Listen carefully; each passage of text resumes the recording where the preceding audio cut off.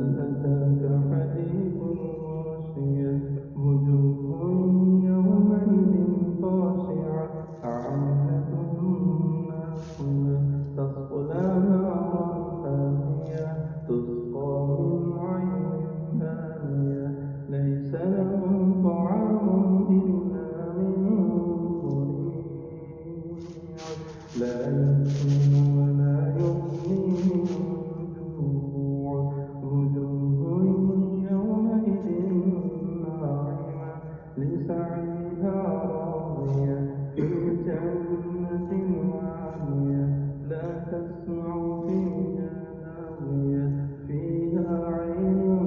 جارية فيها سرر مرفوعة وأكواب موضوعة ونمارق مصفوفة وزرابي مبثوثة أفلا ينظرون إلى الإبل كيف خلقت وإلى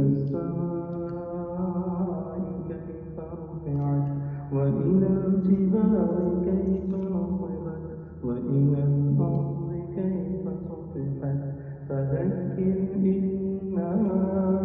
أنت مذكر لست عليهم بمسيطر إلا من تولى وكفر فيعذبه الله العذاب الأكبر